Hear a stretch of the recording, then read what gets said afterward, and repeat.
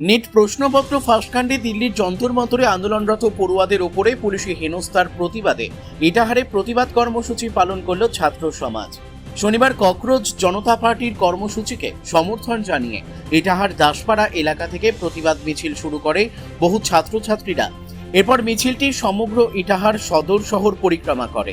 এদিনের প্রতিবাদ কর্মসূচি থেকে জেন জি সমর্থকরা সম্প্রতি দিল্লিতে ছাত্র আন্দোলনরত পড়ুয়াদের ওপরে পুলিশ অমানবিক হেনস্থা করার অভিযোগ তুলে এদিনের প্রতিবাদ কর্মসূচি বলে জানান এদিনের কর্মসূচির অন্যতম উদ্যোক্তা শফিকুল ইসলাম। পাশাপাশি কেন্দ্রীয় শিক্ষামন্ত্রী ধর্মেন্দ্র প্রধানের ইস্তফাকে ছাত্র আন্দোলনের নৈতিক জয় বলে দাবি করেন তারা। মিছিলকে কেন্দ্র করে এসডিপিও মোহাম্মদ বদিউজ্জামান ও আইসি গৌতম চৌধুরীর নেতৃত্বে বিশাল পুলিশ বাহিনী মোতায়েন করা হয় ইটাহারের রাস্তায়।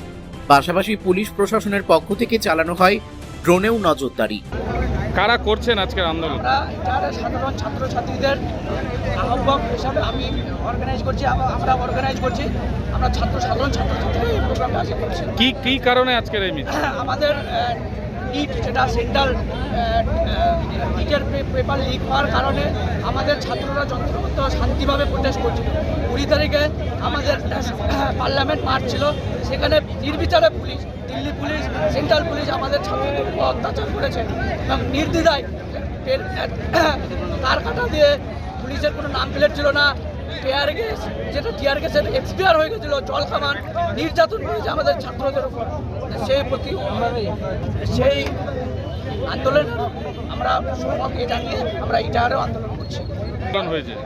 কলকাতাতে হয়েছে, পাটনাতে হয়েছে, মুম্বাইয়ে হয়েছে, নাসিকে হয়েছে, সারা ভারতবর্ষে আমাদের এই আন্দোলন ছড়িয়ে আছে। দিল্লির যন্ত্রমানে এখনো বসে আছে এবং আমাদের আন্দোলনে শিক্ষামন্ত্রী পদত্যাগ দিতে বাধ্য হয়েছে এবং উনি আজকে দুপুরবেলা পদত্যাগ করেছেন। তার সঙ্গে রেলওয়ে প্রতিমন্ত্রী তিনিও পদত্যাগ করেছেন। আজকে কলকাতার আন্দোলনে সাংবাদিকদের মারধর করার ছবি প্রকাশ হয়েছে। বিচ্ছিন্ন ঘটনা যারা করেছে এটা খারাপ করেছে, সাংবাদিকদেরও মারা উচিত না। কিন্তু কিছু সাংবাদিক, কিছু নিউজ চ্যানেল দেশের মোদী সরকারের পক্ষপাতী করে নিজের প্রচার চালিয়ে যাচ্ছে।